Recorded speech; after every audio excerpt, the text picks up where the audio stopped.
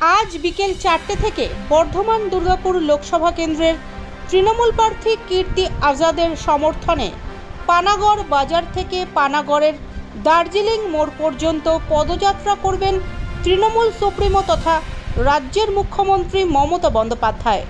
এদিন বর্ধমানে কর্মসূচি শেষ করে হেলিকপ্টারে পানাগড়ে আসবেন তিনি, যার কারণে পানাগড় বাইপাস সংলগ্ন এলাকায় তড়িঘড়ি একটি অস্থায়ী হেলিপ্যাড তৈরি করা হয়েছে।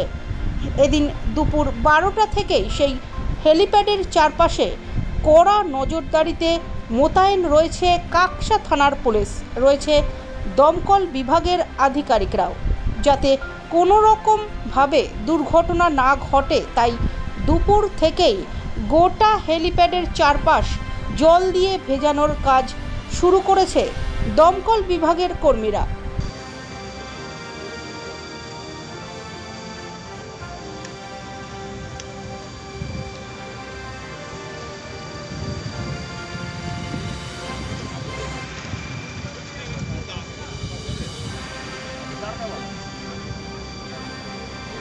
লাইটও সারাচ্ছে না।